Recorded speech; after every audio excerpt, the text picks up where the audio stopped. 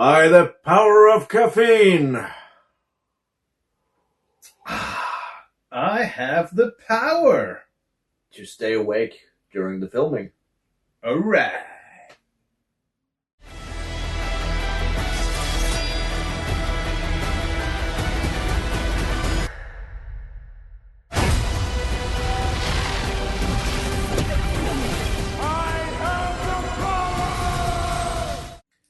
Hello everyone, and good to see you again. It's been a while.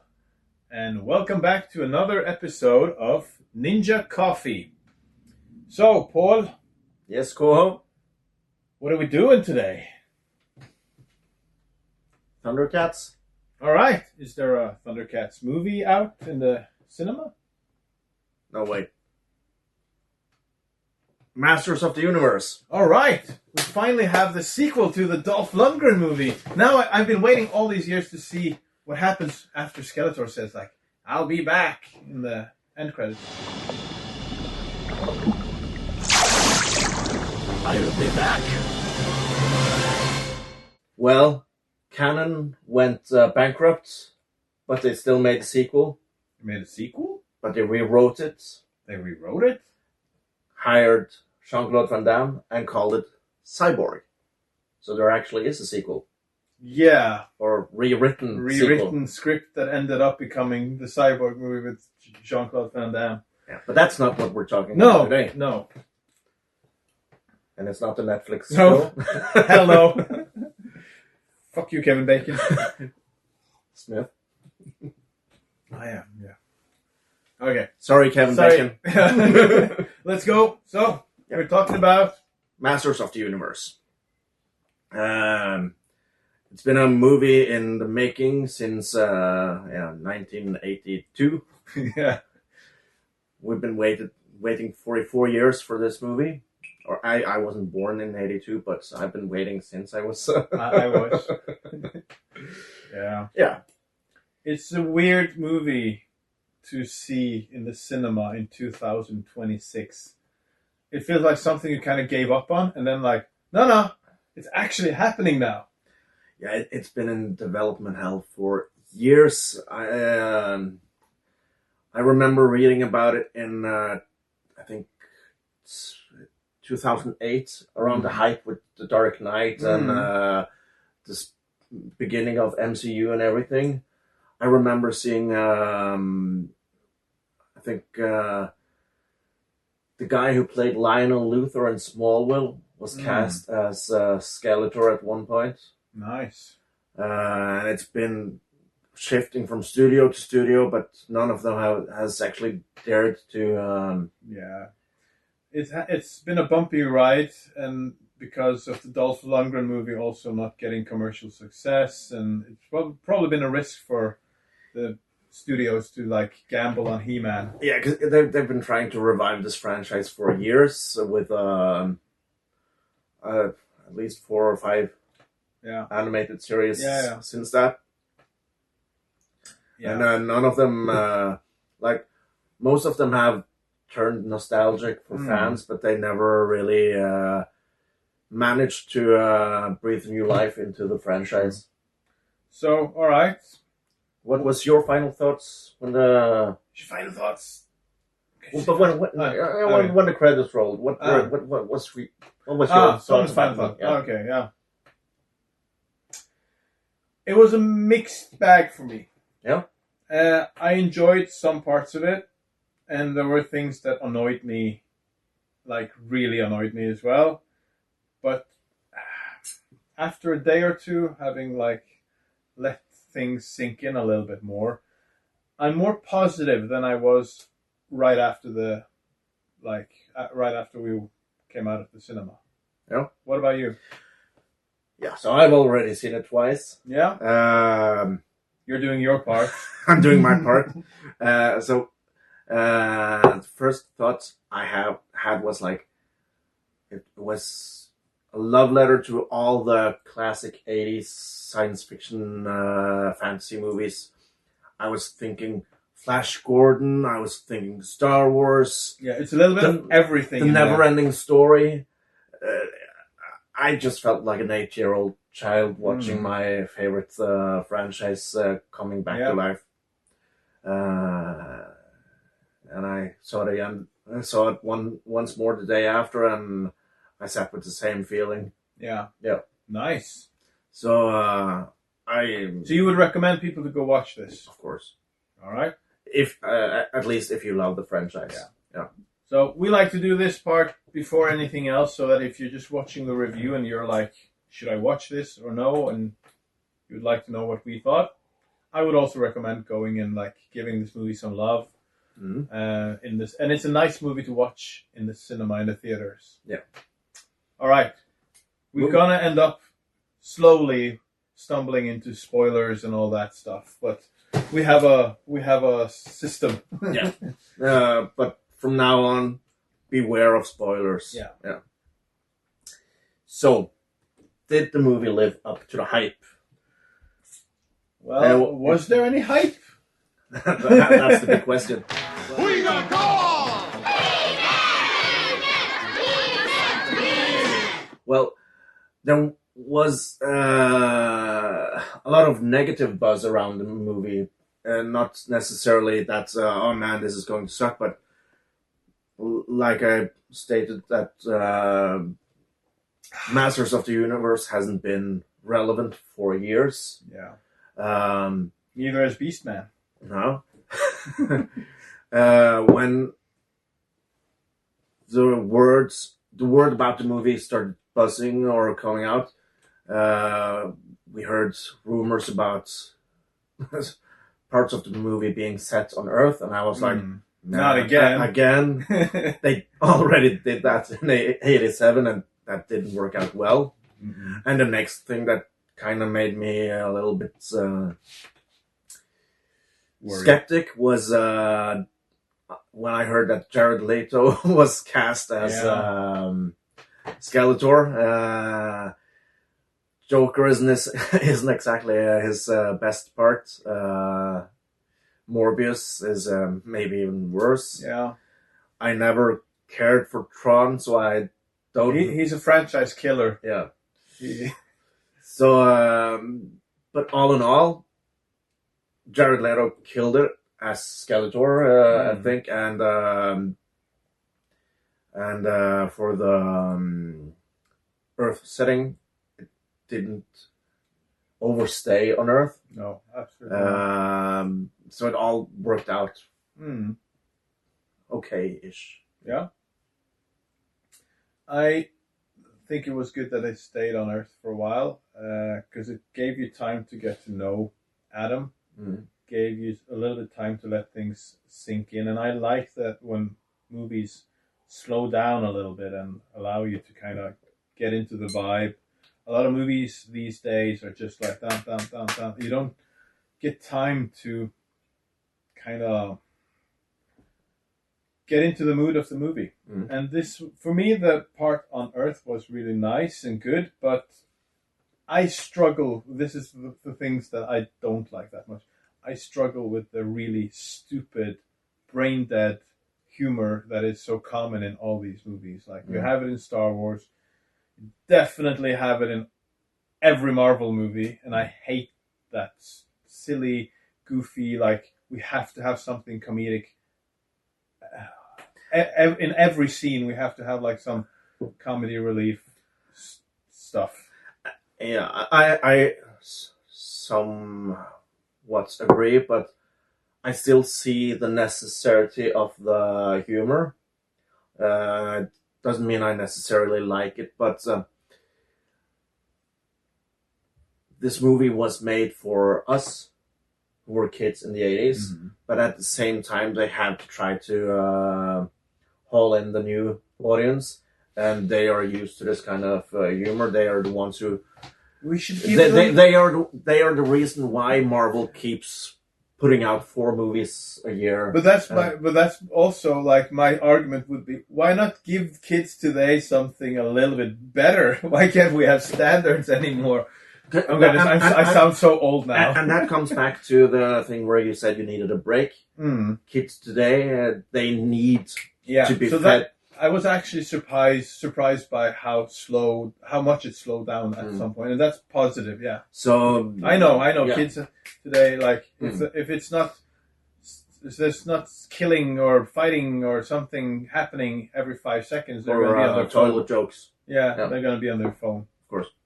So they do to try to bring in new audience, as well as they're trying to keep us interested. So I see.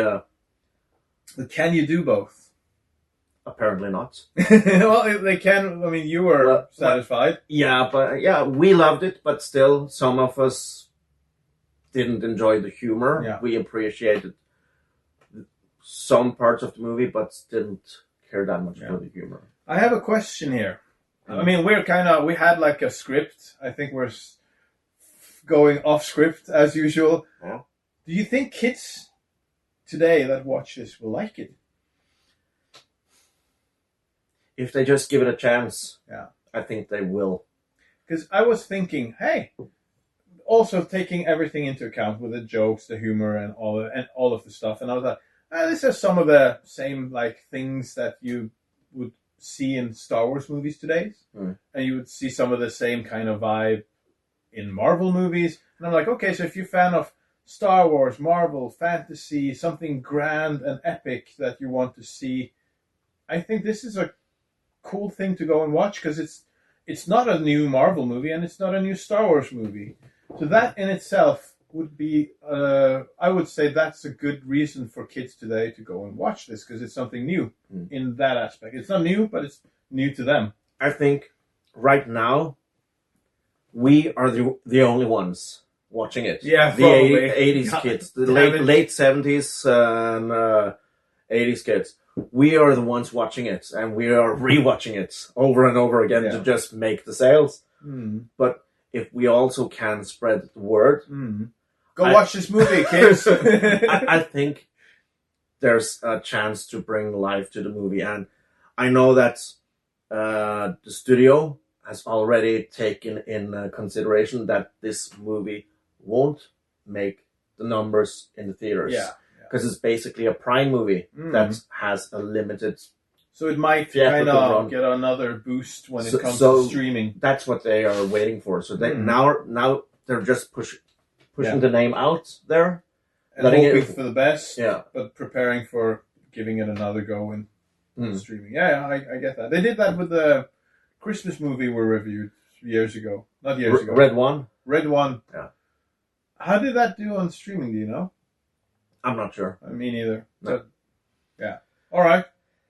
What do you want to continue on? The casts. Yeah.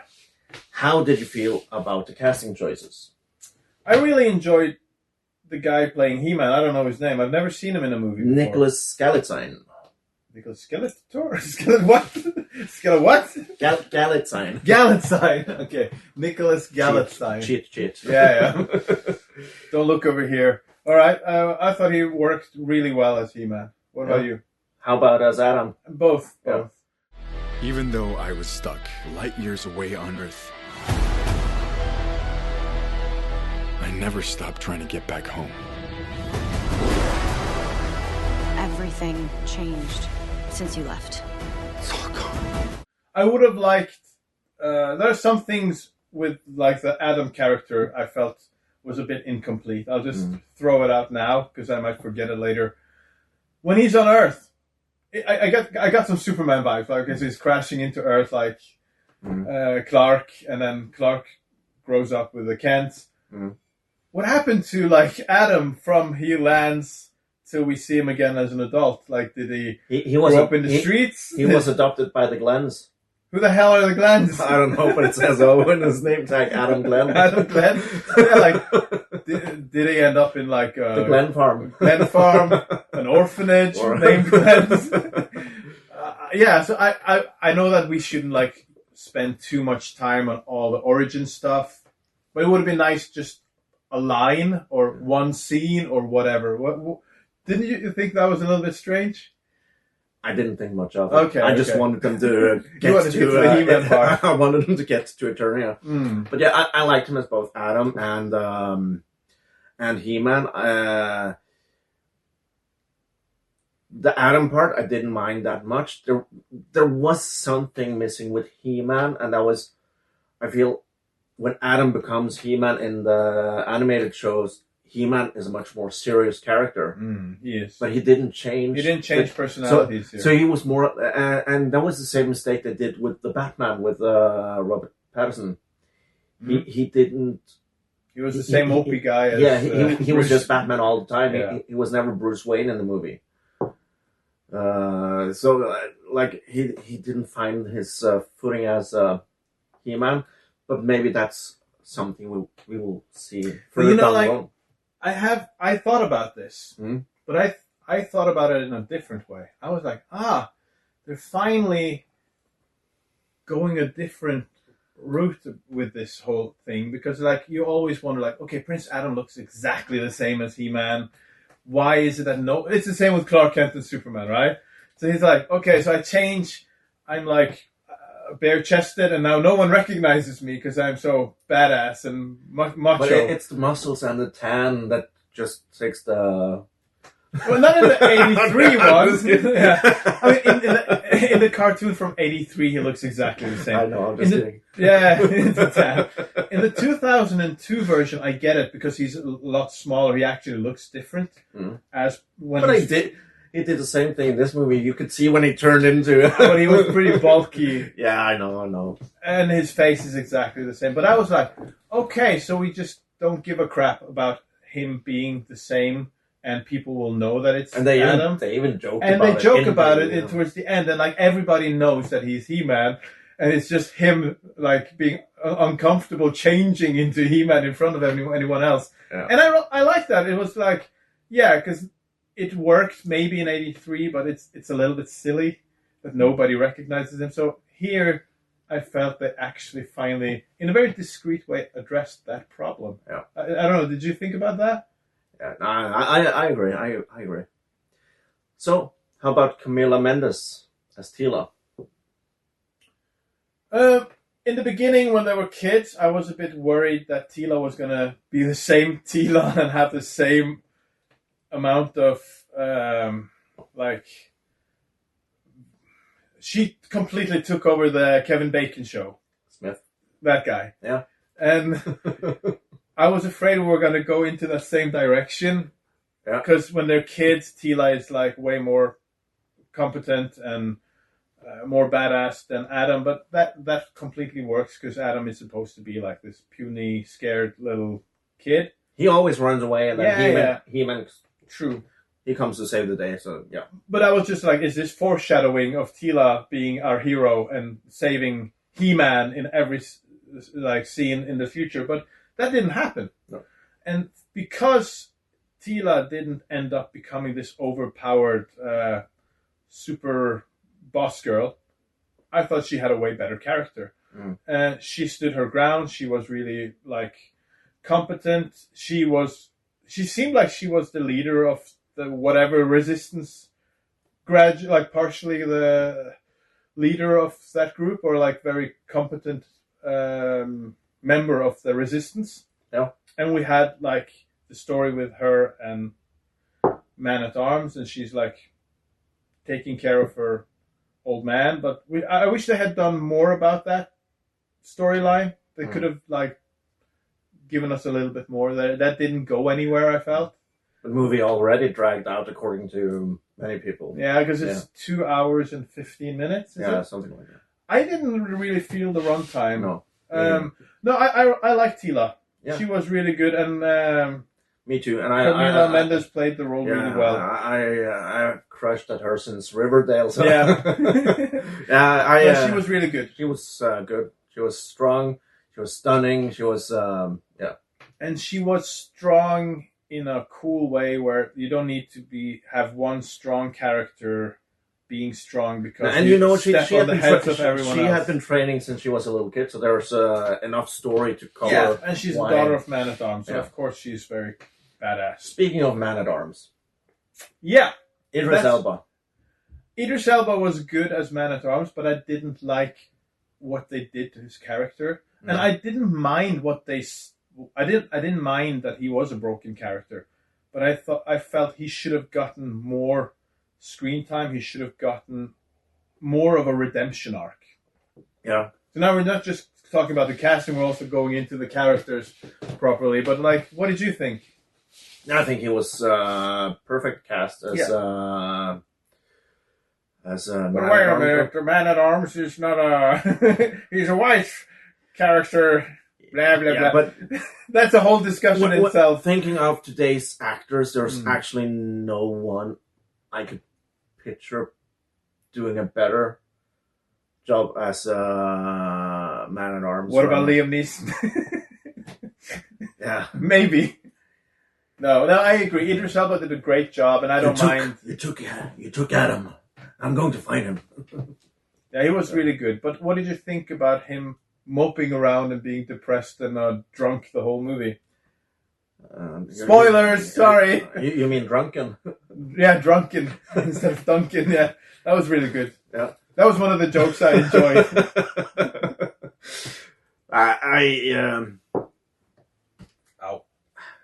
For the story, and if we went much more deeper into the movie, it would have to be a TV show for us to give it time, and it's a He-Man movie, not a Man at Arms movie. So true. I didn't bother me too much. Okay. But sure, from him going from the drunk and redeeming himself, the story is kind of fast paced. I can agree. All right. Who else do we have? We have Alison Brie as Evelyn. She didn't have much of a purpose in the movie, I thought. No. There are so many times she and Skeletor have a scene together, and Skeletor is being really abusive. And I was like, okay, are we going to see some development here? Is she going to like betray him? That was something they actually handled better in the Netflix show. The Kevin Bacon show. The Kevin Bacon show. Yeah. She had more personality there, and yeah. Because the first time he's being violent, and then afterwards she's smiling. I'm like, okay, where are we going with this? Yeah. But then, like the second time, she seems like, okay, I'm gonna get back at you for this. But then it never happens. She didn't have.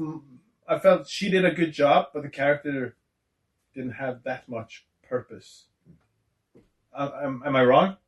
No, I agree. But I liked her, but yeah, she didn't have any purpose. But maybe we'll get that in a sequel. Yeah. Maybe. I mean, she did pick up his skull. Yeah. Speaking of the elephant in the room, Jared Leto. Yeah. As Skeletor. You may have the power, but you're too scared to use it. Yeah. Mr. Box Office Toxic himself. Yup. Beast Man. Yeah. So, how did you feel about? I think he was one of the best aspects of the whole movie. He was amazing as Skeletor. He was a scene stealer in everything, and he wasn't as goofy as in the cartoon show, but he had a lot of sarcasm and humor still, and I thought his humor was more like the kind of humor I appreciate in a movie. It wasn't as brain dead. Like the scene when, what is it, He-Man says, face me and blah, blah, blah. Yeah. Skeletor, face me. Let's talk about it. A, I don't have a face. B, I don't want to. And I don't want to. And he delivers that really well. And I thought every scene with Skeletor was good, and it was kind of unpredictable. I didn't know what he was going to say. I didn't know where he was going to go with anything. Sometimes he's joking and getting upset with his minions for not laughing at his jokes. Yeah. Other times he's really serious. He still has that weird, sarcastic way of being towards the minions, like the way he treats Beastman is pretty dark. Yeah. He was perfect. I would say that's a 10 out of 10. Yeah. I love the scene where he goes into Adam's mind. Yeah, and he's in every scene with him. Yeah. What did you think of Jared Leto? I absolutely agree. I love the humor. Mm-hmm. I think I've read somewhere, Yeah. maybe a couple of years ago, that Skeletor is a gay icon. And they managed to pull that off in this movie, really, he in a does, funny way. he has those references when he's talking about He-Man and He-Man's physique and body. Yeah, his brown tan. Yeah. Sword dangling between his loins. Yeah. No, all that belongs in there. Yeah. I have something though. I don't know. You will probably disagree with this. You know, like if you're thinking about his character and the way he behaves. Yeah. I didn't think he was that similar to Alan Oppenheimer's Skeletor. I thought he was more in line with the Skeletor from the New Adventures of He-Man. Because the Skeletor in the New Adventures of He-Man is very sarcastic, but he's not as goofy as the other Skeletor. And he does a lot of mean things to his minions. And there's one scene in the New Adventures of He-Man where he's like, somebody speaks and he's like, did I ask you to speak? You don't speak unless I tell you. You don't even breathe. And like, well, actually, why don't you just hold your breath? And the minion is like, oh. I like that. It's almost enough to make even me smile. I think I will smile. Did I tell you to smile? You don't breathe unless I tell you to. In fact, stop breathing. Has a nice beat, don't you think? Just to show you what a good mood I'm in, you may breathe. So he did some of that stuff in the movie, and I thought like, hey, that reminds me of I don't know the voice actor of the Skeletor from the New Adventures of He-Man, but I thought he was very similar to that Skeletor, and I really enjoyed that. I can agree, because Skeletor is one of the few parts I actually like about that show. I didn't care much for He-Man or anything else in that show. I think I actually preferred the Netflix show over it. Oh man! And that's just because of the animation and character designs. But yeah, I can agree. All right. So Skeletor, we both he's the highlight of the movie. Absolutely. No, there's one more highlight. We're getting there. All right. The look and feel of Eternia. How successful was the movie in bringing Eternia to life? I know. Yeah, I'm there as well. Like, okay, so I felt when we watched the movie that the movie in itself changes mood and vibe and everything, changes the feel. Like the feel of the movie changes from the first act to the second act to the third act. I really enjoy the intro of the movie when you see Eternia, and then you have the attack on Eternia or Eternos or whatever. Mm-hmm. I don't know which is which. Which is the planet? Eternos is the city. That's the city. Yeah. I enjoyed everything up to that point, and then we go to Earth, and then when we come back towards the end, I don't know why I felt the vibe and the animations and the CGI when you see Eternia feels. At times it feels really cool, and it's exactly how I had imagined it in my head and my like nostalgia from the old He-Man cartoons. How did it look like Grayskull and Snake Mountain? I thought it was very accurate, and I liked it, but it could have been a little bit. I mean, it's very accurate to the cartoon, but it seems very like empty and big because of it. But that didn't bother me. But what I mean is like some of the scenes when you have action going on towards the end in Eternos feels very CGI heavy to me. And some of the scenes took me out of the whole. Yeah, I can see. It's more like if you compare the original Star Wars movies to the prequel movies. Everything in the original movies feels kind of real because it's real sets and everything.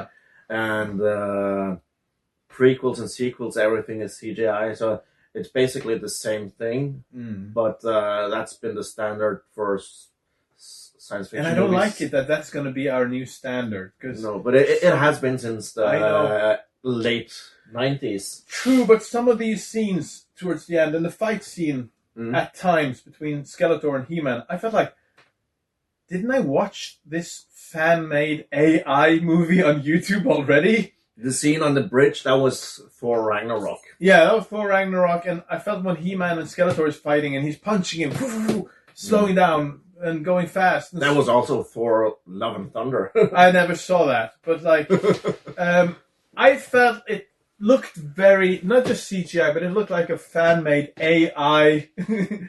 But that's today's movies. I know.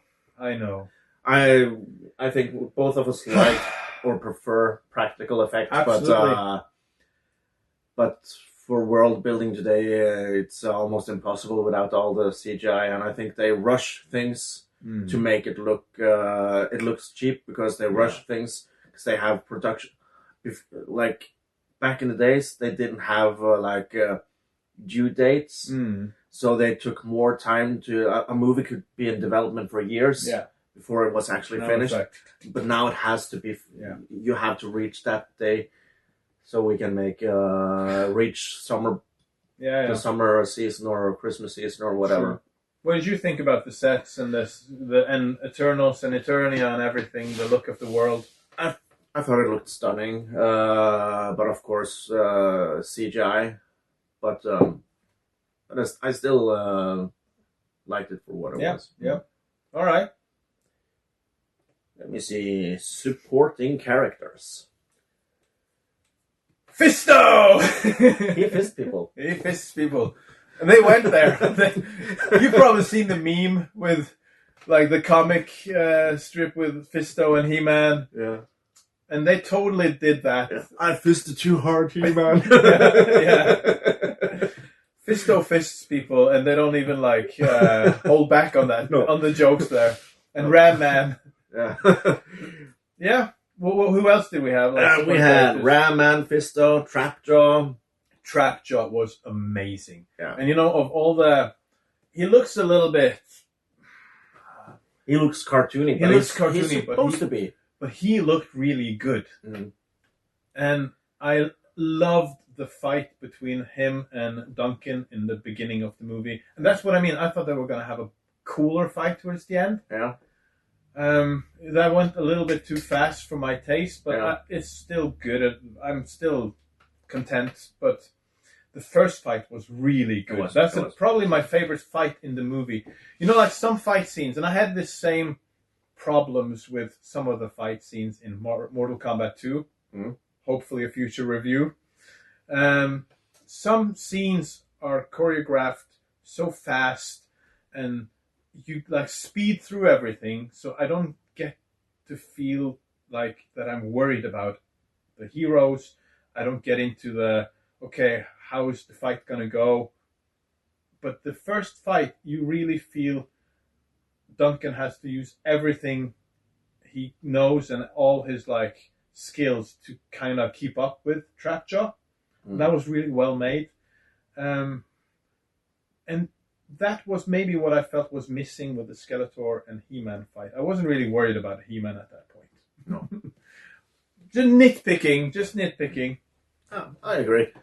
My feeling about most of the background characters is that they didn't feel like background characters. They all got they all got their time to shine. Yeah, absolutely. I've seen other reviews complaining about the lack of characters, but if you're gonna build a franchise, you can't pull all the guns at. Well, some movies do that, and we've seen how that has gone. Then there's nothing more left exactly for the next movie. So I liked what they did, and all of them got their time to shine.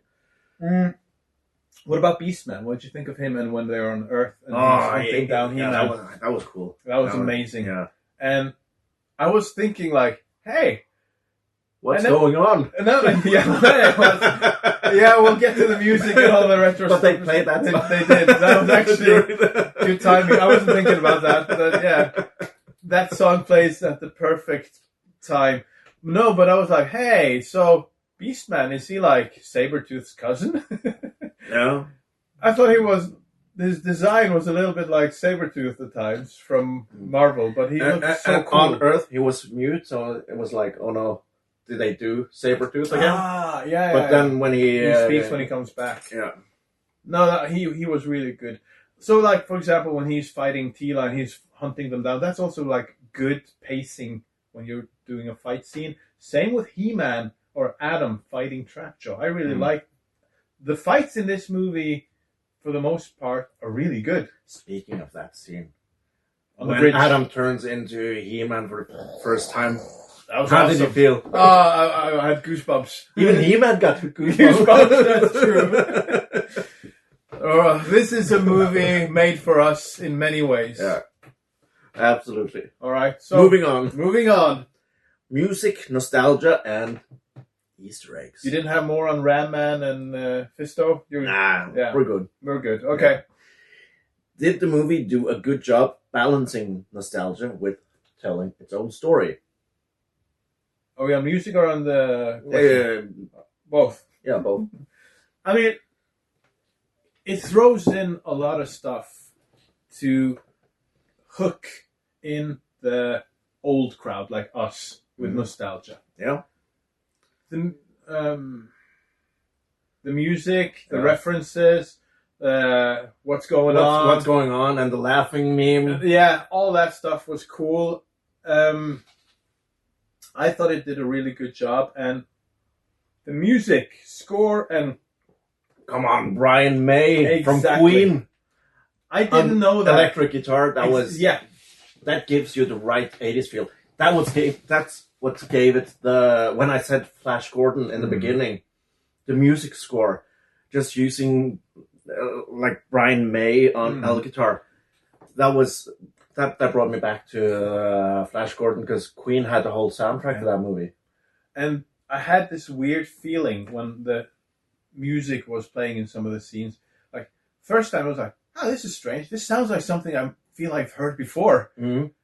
Because it's very, like, catches the 80s vibe perfectly, of course.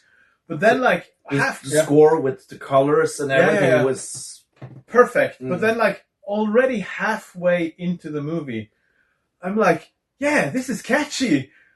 The score was in my head, and the songs and everything, the main theme, I had already like picked up on that, and it was like, yeah, this is really catchy. And the music has to be really good for you to kind of get into the song that keeps coming back from the beginning, and halfway through you're already like feeling it.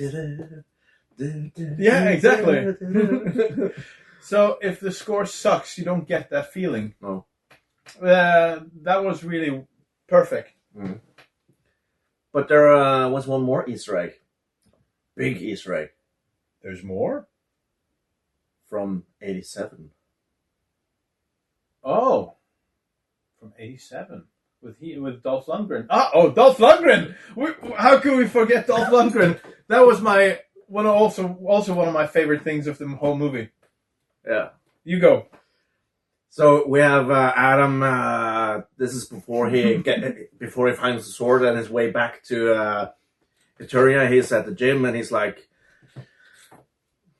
trying to blow off some steam, and all of a sudden there's this old guy coming in front of him. Hey, you're in my spot, or something. You're stealing my spot. You're stealing my spot, and you look up and it's freaking Dolph Lundgren. And I've seen this scene in many movies before, passing the torch. But this is probably one of the best ones. Beyond the best. Yeah. And he even gives him some advice. Yeah. And it's like, huh? I didn't get all of that. Can you repeat it? No, that's all you get, kid. That was perfect. Yeah. I mean, I'm a huge Dolph Lundgren fan. I love Dolph Lundgren in everything he's in. And that was just like perfect. Yeah. Oh, yeah. So, what else do we have? The Earth setting. I mean, we've kind of halfway covered it, there, but like, as I said, I would have liked to know what happened to him when he arrived. Did he get adopted? Did he grow up in an orphanage? What was the name of The Glens. The Glens? And it's like there are pros and cons with not giving you that story, because you skip. A lot of people, as Paul mentioned, felt the movie was long enough, so it would drag on the runtime even more. And I think with too much, I think the date scene wouldn't feel the same way, because they're stuck on it, Eternia, and scaring away his date with this story about him coming from another planet. So I don't think he cared much for where he came from on Earth. No, it wasn't that important. Didn't get much of that because he didn't care about that. He didn't care about his life on Earth. Yeah, that's true. But it was such a cliche with his roommate Ned Stark, or Ned Leeds. No, that's the wrong movie. That's Spider-Man. Yeah. But that character was identical to Spider-Man's friend Ned. You know who I thought about? Taika Waititi in Green Lantern. He director of. I know who it is. He played Hal Jordan's roommate in the Ryan Reynolds Green Lantern movie. That's the exact kind of cliche comedy relief kind of stuff I hate. Yeah. So I felt like if he hadn't been in the movie, it would probably been better. But it was kind of funny when there's one scene when he comes in his dreams. That was a bit funny. I'm kind of dying here. Yeah. right around the rent. Yeah. That's true. Okay, so the Earth was just exactly what you needed, and it didn't overstay its welcome. No. Yeah. Okay. Can Masters of the Universe become a franchise? Oh. Can. Well, I hope so. I think if people give this movie a chance and they keep an open mind, and just as I mentioned before, the fact that this is not another Marvel movie, this is not another DC movie, this is not a Star Wars movie, it's a new franchise.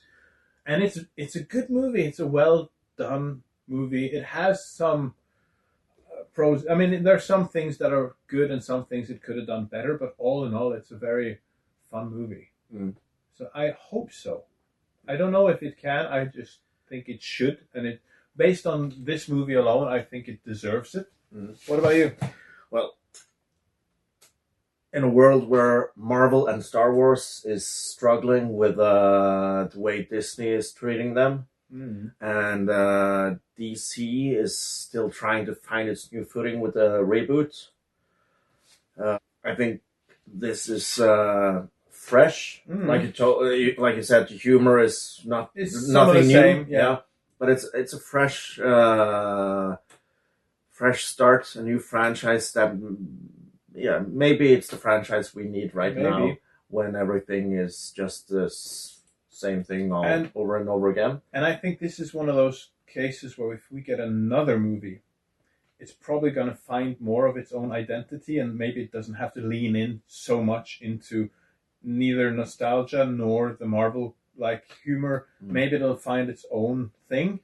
So I really hope we get another movie, because it would be interesting to see where they continue on with this. I think if you continue on, and if you look at the post-credits... Oh, yeah! I think you can go darker, because... Spoilers. Adam's twin sister. Adam has a twin sister. Adora, Princess Adora. I think her story is much darker than Adam's. So I think if they give if the movie, or maybe a spin-off, if the She-Ra spin-off can tell her story in the right way, I think that's same way as the Netflix show with her, right? The Netflix show was at least the first season. I thought that was awesome. I loved the show. I really like the old She-Ra. Yeah, I love it. I think I actually almost like that. I can't say more, but equally, I like it just as much as I like the He-Man show. They are twins, so they are. Yeah, that makes sense. Yeah. So yeah, they hint that we are going to get a She-Ra movie, or And the movie ended with "I'll be back." No, that was the other one. was the other one. But they have a similar, very similar scene. So we know he'll be back. Yeah, and that's one more story I would like to see in the future. I hope they touch on the Keldor story. Yeah, that's interesting. I'm your uncle. They didn't go into that at all, and I was thinking they would do that. But Yeah. Skeletor is just Skeletor. And one more cool thing to mention about Skeletor is, like, you know, every stupid Marvel movie that is like, oh, but the bad guy is just misunderstood. Yeah, they need a blah, blah, blah, blah. Yeah. And Cruella, Mufasa gives you sympathy for Scar, and like every movie has to have this backstory for the villain. But he delivers the perfect line. Yeah. And not just backstory, that they're just misunderstood. They're good. And I think that's they put it in there to make that point. Like, perfect. Skeletor, let's talk about it. Maybe you didn't have a good childhood, and you needed a hug. Yeah, and he's like, I'm the villain. That was perfect. Yeah, you don't need it anymore. Nope. You don't need a tragic backstory. No. He's just bad. Sometimes someone's just bad because they're bad. Yeah. Okay. I think we should probably Run off. Yeah, get to the finish line, because this is going to be just as long as the He-Man movie at this point. Yeah. So, if you would do the honor, rate the movie. All right. Out of 10? Out of 10? It would land somewhere between a 6 and a 7. 6 plus or 7 minus. One of those. Yeah. And you? When I first wrote my review, I was at a 10 out of 10. Wow. But that Because was you just were like nostalgia. Yeah. But if I'm going to be honest, an 8 out of 10. Yeah. And that's just because there were a couple of things. Like, I enjoyed most of the humor, but still some of it was off-putting. Yeah. But most of the humor was good. And I would like to see a Masters of the Universe movie where there's no Earth. I would like to see many Masters of the Universe movies. Another reason to go and watch this in the cinema at this point is that you can buy one of these for like 160 kroners. I don't know how much. 169. And comparing to the American ones, I was kind of bummed. Like, I love this box. Yeah. This is my new box. Oh, they got the sword? They have a sword that is actually a cup. Yeah. And you can buy Grayskull, which is a popcorn box. And you can take one of the towers. That's also a cup. Okay, so there are a lot of cool stuff you can get. So that's a thing in American movies now, that all these different popcorn buckets, and we get these. I mean, I like this. It's both He-Man and Skeletor.